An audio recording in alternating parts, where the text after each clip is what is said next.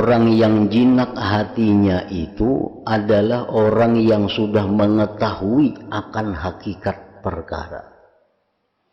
Kan hakikat perkara itu salah satu di antara tiga. Satu, hakikat perkara itu la fa'ila illallah, tidak ada yang bisa berbuat selain Allah. La hayya illallah, tidak ada yang hidup kecuali Allah. La mawjuda illallah, tidak ada yang ada sebenarnya hanya Allah.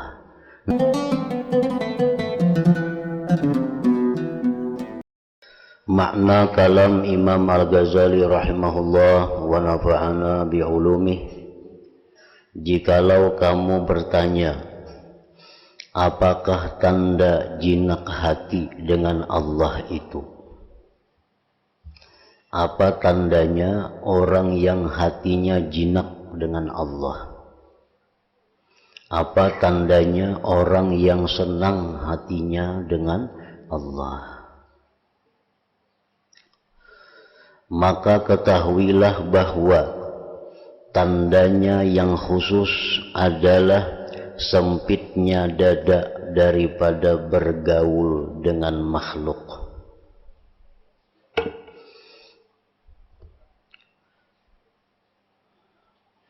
Sempitnya dada daripada bergaul dengan makhluk.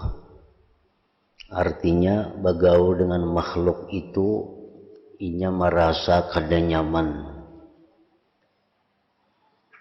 Berkumpul-kumpul orang itu hatinya merasa kada nyaman. Nang nyaman tu menyaurangan. Nang nyaman tu nyaurangan sehingga hatinya itu kada terganggu dengan Allah Subhanahu wa ta'ala. Merasa bosan dengan mereka. Merasa bosan dengan mereka makhluk tadi, dan membuta tuli dengan manisnya zikir kepada Allah Subhanahu wa ta'ala. Nah, itu tanda yang khusus orang yang jinak dengan Allah, sehingga apapun masalah yang dihadapinya, inya paling senang hanya mengadukannya kepada Allah. Inya kada suka apa-apa yang dihadapinya itu mengadukan kepada makhluk, karena makhluk kada akan menyelesaikan masalah, bahkan menambah berat masalah. Kalau kita ada masalah, kita adu akan lawan makhluk, membanyaki masalah, timbul masalah-masalah lain. Nah, tapi kalau kita ada punya masalah, kita hanya mengadukannya kepada Allah, nah Allah akan menyelesaikan masalah itu. Jadi orang-orang yang hatinya jinak dengan Allah, itu inya paling ketujuh menyendiri. Paling ketujuh menyendiri. Kada suka bergaul dengan makhluk. Maka jika ia bergaul, andai kata bergaul juga karena ada tuntutan syariat, seperti mengikuti pengajian ilmu, terpaksa bergaul, seperti menghadiri sembahyang berjamaah, nah terpaksa inya bergaul, menghadiri sembahyang Jumat, terpaksa bergaul, mengantar jenazah, mengilangi orang garing, nah terpaksa bergaul karena tuntutan syariat. Jadi andai kata ia bergaul, maka ia itu seperti orang yang sendirian dalam jamaah ramai. Nah, walaupun inya bergaul, tetapi hatinya tetap merasa sendiri. Walaupun inya berada di tengah keramaian, inya tetap merasa sendiri. Seperti berkumpul dalam kesepian. Seperti berkumpul dengan makhluk, tapi dalam kesepian hati dari makhluk. Bujurainya berkumpul dengan makhluk, tapi hatinya itu sepi daripada makhluk itu. asing di kampung sendiri. Di kampung sendiri merasa dalam musafir, merasa hadir dalam ketidakhadiran. Artinya merasa hadir hatinya bersama Allah dalam ketidakhadiran dengan makhluk. Merasa ketidakhadiran dengan makhluk dalam kehadiran bersama Allah. Bercampur dengan badan, merasa sendirian dengan hati. Tenggelam dengan manisnya zikir. Nah, itulah orang-orang yang hatinya sudah jinak dengan Allah itu. Bila mana inya kadada tuntutan syariat, inya hakun menyendiri. Andai kata kadada tuntutan syariat untuk bergaul, maka inya hakun menyendiri. Karena dengan kesendiriannya itu, kejinakan hatinya kepada Allah kada terusik, kada terganggu. Andai kata pun inya bergaul, inya merasa bahwa dirinya sendiri walaupun berada di tengah-tengah keramaian.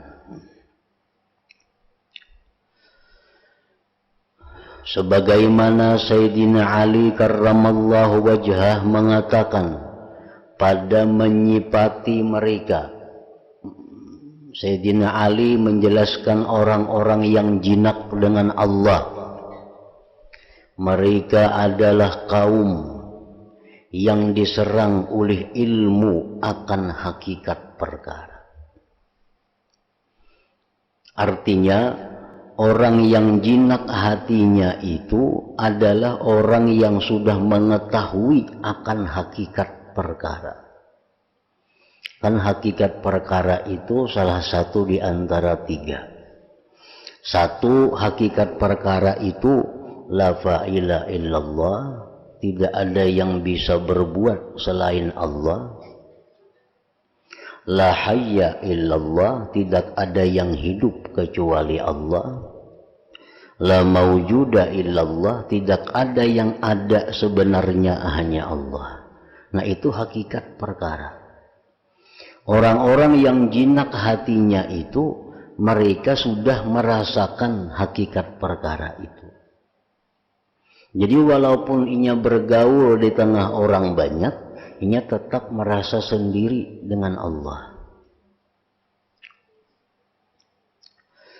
Lalu mereka menguasainya dengan jiwa keyakinan. Mereka merasakan lembut, mudah, artinya apa yang dirasakan sukar oleh orang yang berbuat kerusakan. Bagi orang tahannya itu menyaurangan, bagi orang itu ngalih, tapi baginya adalah mudah. Mereka merasa jinak dengan apa yang dirasakan liar oleh orang-orang yang bodoh. Orang-orang yang bodoh menganggap itu adalah sesuatu yang liar, tapi inya merasa nyaman.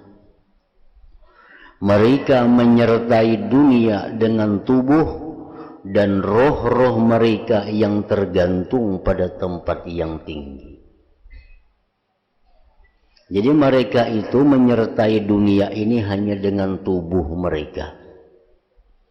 Tandanya orang yang menyertai dunia dengan tubuh tapi hatinya tergantung di tempat yang tinggi, tandanya bahwa dia tidak senang dengan kedatangan dunia dan tidak sedih dengan kepergian dunia. Dia tidak merasa beruntung karena datangnya dunia, dia tidak merasa rugi dengan kehilangan dunia. Itu tandanya orang yang hanya tubuh dalam dunia tapi hatinya sudah bergantung kepada Allah. Mereka itulah khalifah Allah di buminya dan yang berdakwah kepada agamanya. Maka inilah makna kejinakan hati kepada Allah dan inilah dalil-dalilnya. Jadi orang yang jinak hati kepada Allah itu hanya Allah yang jadi pandangannya. Hanya Allah yang jadi perhatiannya. Pokoknya selama inya kada melanggar hukum Allah, selama inya masih di dalam jalan taat kepada Allah, inya kada peduli orang lain. Jururang kada baik ka itu, tapi hukum Allah madahkan baik. Nah, itu yang dilaksanakannya. Nah, itu salah satu tanda orang yang sudah hatinya jinak dengan Allah. Jadi jinak atau senang hati dengan Allah itu salah satu di antara buahnya kecintaan kepada Allah. Sebesar apa cinta kita kepada Allah, maka kejinakan hati dengan Allah itu mengiringinya. Makin kita cinta kepada Allah, tentu makin jinak hati dengan Allah. Kalau kita di tempat yang sunyi merasa kesepian, lalu kita bergaul ke orang banyak lalu merasa senang, nah berarti orang ini jinak hati dengan makhluk ngarannya. Di rumah asa sumpah sorangan, turun ke tanah bergaul lalu asa nyaman. Nah ini orang yang jinak hati dengan makhluk ngarannya. Kalau orang yang jinak hati dengan Allah itu justru sorangan itu makin nyaman. Kedatangan orang itu sesuatu yang sangat menyempitkan dadanya, yang menyempitkan hatinya. Jadi orang yang jinak hati lawan Allah tuh kada ada istilahnya kesepian, kesunyian, kada ada. Karena Allah selalu ada. Allah kada mau kada ada. Nang mau kesepian tuh orang nang hatinya jinak dengan makhluk. Makhluknya kada ada lalu asa sepi, rasa sumpah. Nah itu orang nang hatinya jinak kepada makhluk. Sebagian ulama al-mutakallimin berpendapat pada mengingkari jinak hati, rindu dan cinta. Sebagian ulama ada yang berpendapat kadada jinak hati lawan Allah nitu, kadada istilah rindu lawan Allah, kadada cinta lawan Allah tuh kadada. Karena disangkanya bahwa yang demikian itu menunjukkan kepada penyerupaan kepada makhluk. Ujarnya mun kita kawa cinta lawan Allah berarti Allah tuh kayak makhluk ay. Mun kita rindu lawan Allah berarti kayak makhluk Tuhan. Lalu inya menganggap kadada cinta lawan Allah itu, kadada rindu lawan Tuhan, kadada jinak lawan Tuhan. Dan karena jahilnya bahwa keindahan yang bisa diperdapati dengan mata hati itu lebih sempurna daripada keindahan yang diperdapati mata kepala. Dan kenikmatan ma'rifahnya lebih kuat daripada orang-orang yang mempunyai hati. Di antara mereka yang mengingkari adanya cinta, jinak, rindu kepada Allah adalah Ahmad bin Ghalib, ngaran ulamanya, yang dikenal dengan Palayan Al-Khalil. Ia mengingkari Al-Junaid Al-Baghdadi, Abil Hasan An-Nuri, dan segulungan orang banyak tentang hadis cinta, rindu dan asyik. Sehingga sebagian mereka mengingkari akan makam ridha. Ujarnya kada ada istilah ridha itu. Kita ridha lawan Tuhan tuh kada ada. Di mana ia mengatakan tidak ada kecuali hanya sabar. Kalau kita kena bala, kena musibah itu kada mau jernya riba, itu sabar aja. Nah. Dan adapun riba maka tidaklah dapat dirupakan. Nah, semua ini adalah perkataan yang kurang lagi singkat, yang tidak mengetahui dari makam-makam agama, kecuali atas kulitnya saja. Lalu disangka bahwasanya tidak ada kecuali untuk kulit. Maka sesungguhnya segala yang dirasakan dengan panca indera dan setiap apa yang masuk dalam khayalan dari jalan agama itu adalah kulit semata. Dan di belakangnya adalah isi yang dicari. Maka barang siapa yang tidak sampai mengupas kelapa kecuali kulitnya saja, maka ia menyangka bahwa kelapa itu serabut seluruhnya. Orang nang menguyak nyiur, dikirain nyiur itu hingga tampurung itu aja. Dan mustahil padanya untuk keluar minyak dari kulitnya itu. Dan orang itu beralasan, akan tetapi alasannya tidak diterima. Dan sungguh dikatakan oleh penyair, al-unsu billah la yahwihi battalu wa laysa yudrikuhu bil hawli muhtalu wal anisuna rijalun kulluhum najibu wa kulluhum safwatun lillahi ummalu. Artinya jinak hati kepada Allah itu tidak dijaga oleh seorang pahlawan, dan orang yang berupaya tidak mendapatkannya karena upayanya. Orang-orang yang jinak hati kepada Allah semuanya adalah orang-orang yang pintar, semuanya adalah orang-orang pilihan. Mereka beramal karena Allah Ta'ala.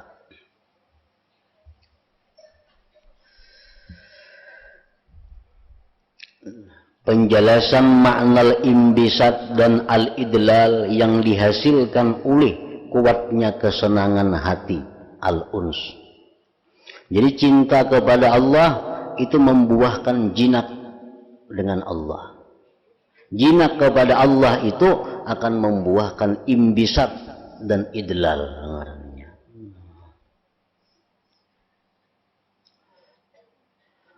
Ketahuilah bahwasanya kesenangan hati dengan Allah tadi, apabila terus-menerus menjadi kuat dan teguh, tidak bisa dikacaukan oleh gelisahnya kerinduan, dan tidak dikeruhkan oleh takutnya berubah dan terhijab, maka yang demikian itu akan membuahkan semacam imbisat pada perkataan, perbuatan, dan munajat kepada Allah Ta'ala. Orang yang sudah jinak lawan Allah ini, kadang-kadang perkataannya itu kada supan lagi lawan Allah. Orang yang sudah jinak hati lawan Allah itu kadang-kadang tingkah lakunya kada supan lagi lawan Allah. Nah, kayak orang misal hendak balaki bebini. Nah, sementara belum laki jadi laki jadi bini, semuaan itu adalah ada tata kerama. Kada sembarangan berkata-kata, kada sembarangan itu ini, menjaga tata kerama. Tapi kalau sudah orang jadi laki bini, itu kada lagi tata keramanya. Karena sudah saking jinaknya hati antara satu dengan yang lainnya. Nah, demikian pula orang nang jinak itu kepada Allah, maka tingkah lakunya pun kadang-kadang kada teratur lagi dengan tata kerama. Karena saking akrabnya lawan Allah, saking manjanya lawan Allah, sehingga kada bertata kerama lagi lawan Allah. Dan itu dimaklumi, dan itu disukai oleh Allah. Apabila kita sudah sampai kepada tingkatan al-unsu billah ini, jinak dengan Allah, sudah saking manja lawan Allah Ta'ala. Dan terkadang ia diingkari bentuknya, karena padanya daripada keberanian dan kurangnya haibah. Nah, orang-orang yang belum sampai ke makam al-unsu billah kadang-kadang mengingkari tingkah laku mereka. Kadang-kadang mereka menganggap bahwa orang-orang itu sudah kada beadab lagi lawan Allah. Padahal karena mereka belum sampai kepada kedudukan itu.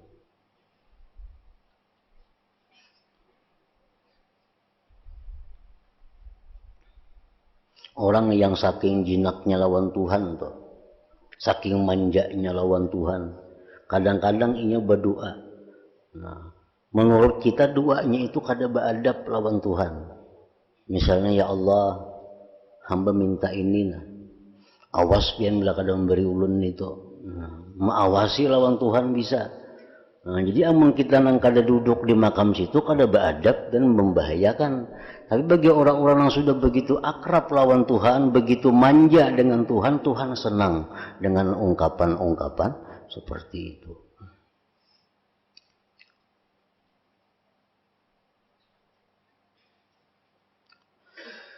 Tetapi itu mungkin daripada orang yang ditempatkan pada maqamul uns, pada makam yang jinak dengan Allah.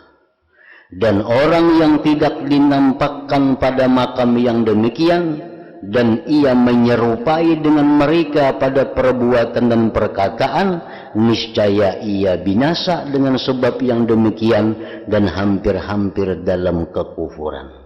Nang kada duduk di makam situ, jangan coba-coba menuruti doa orang nang di makam itu. Bisa jadi kafir, bisa jadi tambah marah Allah kepadanya.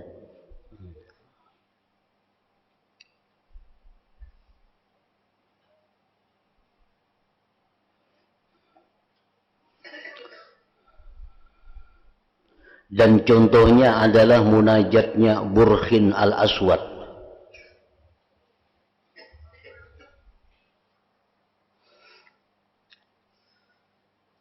Di mana Nabi Musa kalimullah alaihi salam disuruh meminta kepada Burh untuk memintakan hujan untuk Bani Israel. Sesudah mereka tertimpa kemarau selama 7 tahun kada saling hujanan, Nabi Musa alaihissalam keluar untuk mengerjakan salat istisqa, minta hujan untuk mereka dengan berjumlah 70.000 orang. Nabi Musa ke lapangan membawa umat 70.000 orang untuk sembahyang minta hujan. Maka Allah Azza wa Jalla mewahyukan kepada Nabi Musa alaihissalam, bagaimana aku mengabulkan doa mereka, di mana mereka telah digelapkan oleh dosa-dosa mereka. Kayak apa gitu Tuhan, aku nak ngabulakan, nak memberi hujan, mun hati-hatinya itu gelap, hati mereka itu jahat. Mereka berdoa kepadaku dengan tidak yakin, dan mereka merasa aman dari tipu dayaku. Kada akan aku kabulkan doanya, anjir Tuhan. Kada akan kuturunkan hujan kalau mereka itu berdoa kepadaku. Nah, makanya dalam fikih kalau hendak sembahyang istisqa itu diumumkan terlebih dahulu, disuruh puasa beberapa hari. Nah, disuruh tubat, masyarakat nih tubat semuaan, diadakan tubat di kampung-kampung. Di mana kezaliman itu dihalalkan. Ada kezaliman dikembalikan kepada ahlinya. Nah, sudah itu puasa 3 hari, tubat, kezaliman sudah saling menghalalkan. Nah, hanyar berkumpul di lapangan untuk minta hujan kepada Allah. Nah, supaya yang minta ini bujur-bujur orang yang sudah bersih.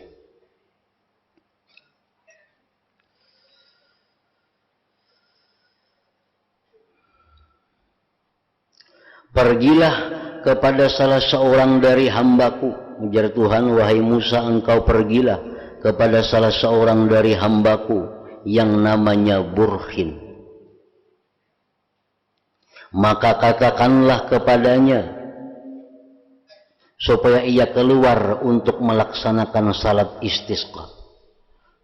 Kiau juga si Burkhin itu, supaya umpat sembahyang istisqa, supaya ikut sembahyang minta hujan, sehingga aku mengabulkan doanya. Kayaknya gitu kan, ini berdoa, nah doanya aku kabulkan. Maka Nabi Musa bertanya-tanya tentang Burkhin, dicari di mana ada di negeri ini orang yang ngarannya Burkhin al-Aswad itu. Maka ia tidak dikenal, orang kan yang tahunya. Maka pada suatu hari Nabi Musa berjalan di suatu jalan, tiba-tiba seorang hamba hitam telah berada di hadapannya. Di antara dua matanya berdebu dari bekas sujud, dan di lehernya diikat dengan kain selimut. Maka Nabi Musa alaihissalam mengenalnya dengan nur Allah Azza wa Jalla. Maka Nabi Musa memberi salam kepadanya dan beliau bertanya, siapakah namamu? Hamba hitam itu menjawab, namaku Burkhin. Nabi Musa seraya berkata, jadi kamu ini yang kami cari-cari. semenjak beberapa waktu. Keluarlah, ujar Nabi Musa, dan mintakanlah hujan untuk kami. Maka ia pun keluar dan mengucapkan di dalam doanya. Doanya si Burkhin ini, munajatnya Burkhin. Isi doanya itu, bukankah semua ini dari perbuatanmu ya Allah? Bukankah semua ini dari kesantunanmu ya Allah? Kiranya apakah yang tampak bagimu?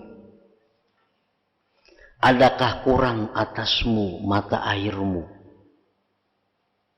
Ataukah angin yang melawan pada perintahmu? Ataukah telah habis apa yang ada padamu? Ataukah karena bersangatannya kemarahanmu atas orang-orang yang berdosa? Bukankah engkau maha pengampun sebelum engkau menciptakan orang-orang yang berbuat kesalahan? Telah engkau ciptakan rahmat dan engkau menyuruh dengan kasih sayang. Ataukah engkau perlihatkan kepada kami bahwasanya engkau enggan?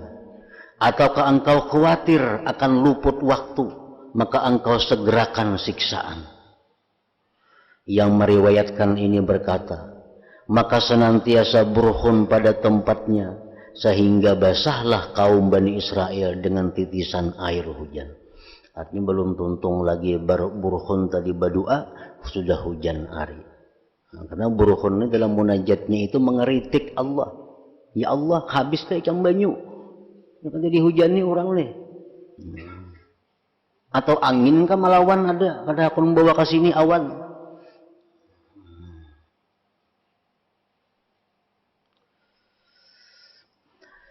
Dan Allah Ta'ala menumbuhkan rumput dalam setengah hari sehingga sampai ke lutut.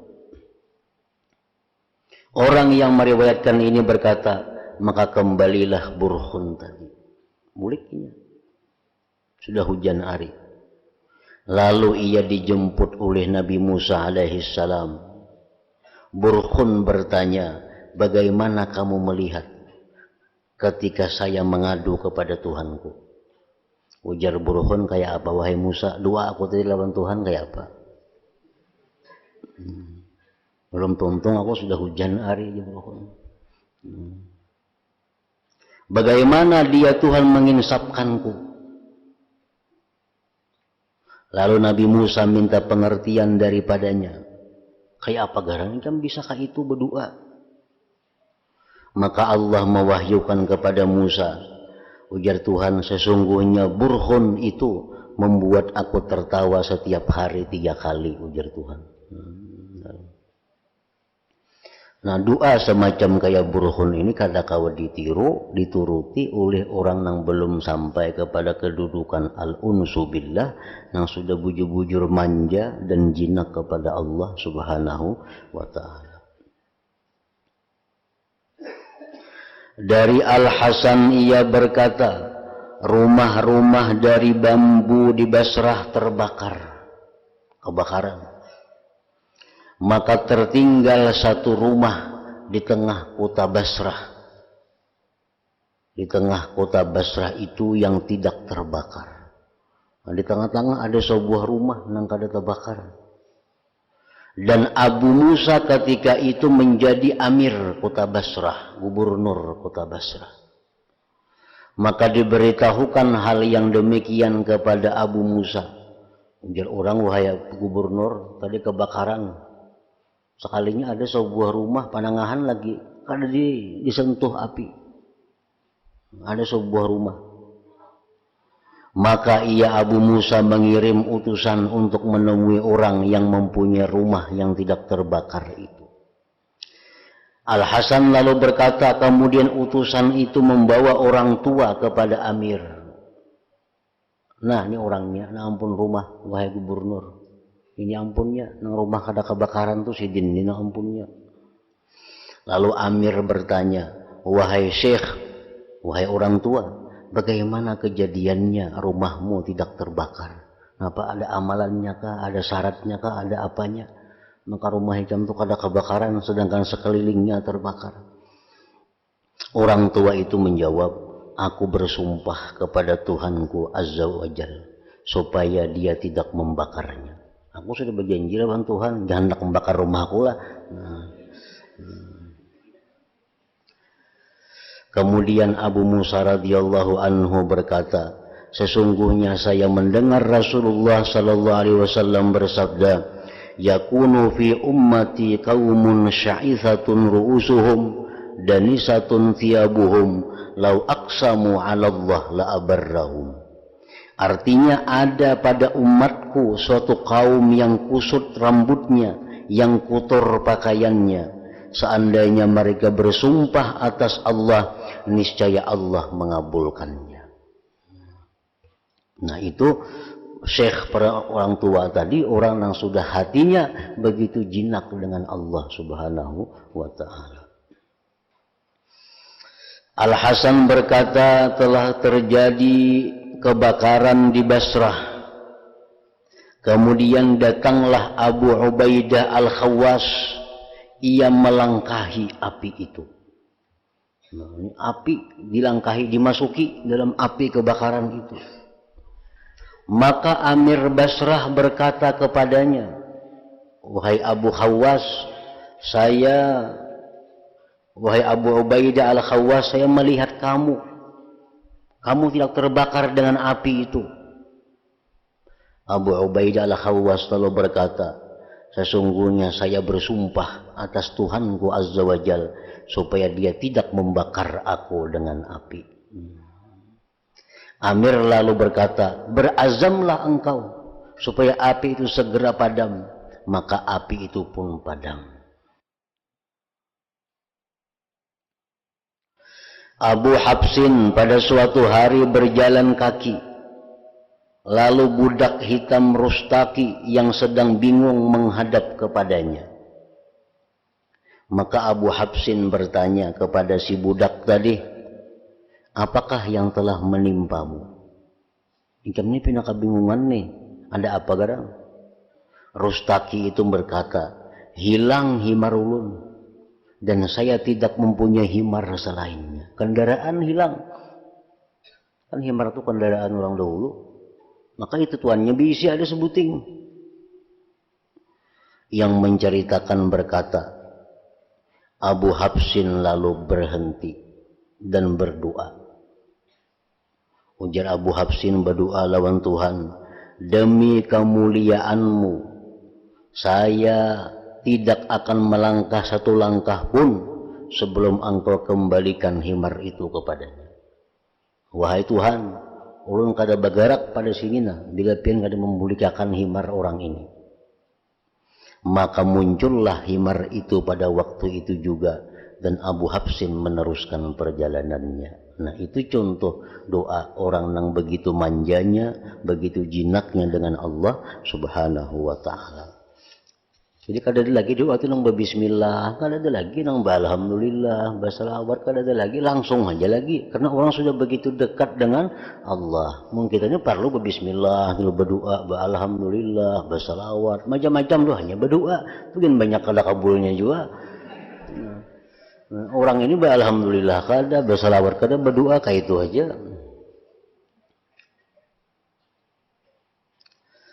Nah maka ini dan yang semisalnya berlaku bagi orang-orang yang mempunyai kejinakan hati. Jinak hati ini adalah sesuatu keadaan bukan tetap dalam diri seseorang. Kan jinak hati itu bisa datang, bisa hilang. Nah, di saat hati orang itu jinak dengan Allah, ia bisa mengucapkan kata-kata yang demikian. Begitu kejinakannya hilang, ia kada akan berani lagi melakukan yang seperti demikian. Karena cinta itu sudah dijelaskan dalam bab dahulu, cinta itu membuahkan hal-hal macam-macam. Bila cinta itu membuahkan sesuatu keinginan, ingin mengetahui yang lebih jauh, maka orang itu ngarannya adalah berada di makam rindu kepada Allah. Nah, Apabila cinta itu menimbulkan ketakutan dalam hati, kalau nanti satu saat diputus cintanya, orang ini berada dalam ketakutan kepada Allah. Nah, bila cinta itu menimbulkan sesuatu kesenangan kepada Allah tanpa memandang takut dan rindu, nah itu ngarannya al-unsu billah. Jadi orang seperti ini kadang mesti setiap saat macam itu, bahkan sehari-hari bisa berganti-ganti keadaan orang.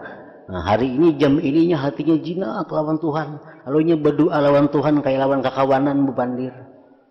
Nah, tapi di lain tempat ini bisa takutan lawan Tuhan tuh sangat beradab, bisa tergantung keadaan yang datang ke dalam hatinya.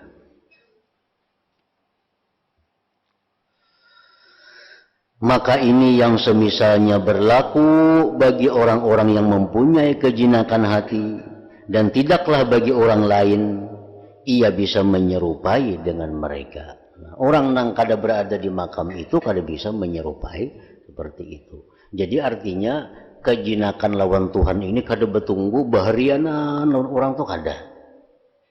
Apalagi bertunggu sebulanan jinak kada. Nah, berubah-ubah keadaan hatinya tergantung hal yang datang ke dalam hatinya itu. Bila dalam hatinya itu memandang bahwa cintanya ini sewaktu-waktu bisa diputus oleh Allah, timbul hatinya takut lawan Allah. Nah, di saat itunya pasti akan beradab dengan Allah, pasti akan bertata krama dengan Allah. Tapi di saat hatinya itu jinak manja dengan Allah, nah jadilah seperti yang demikian tadi. Jadi kadang menentu keadaan orang ini setiap saat seperti itu, tergantung keadaannya.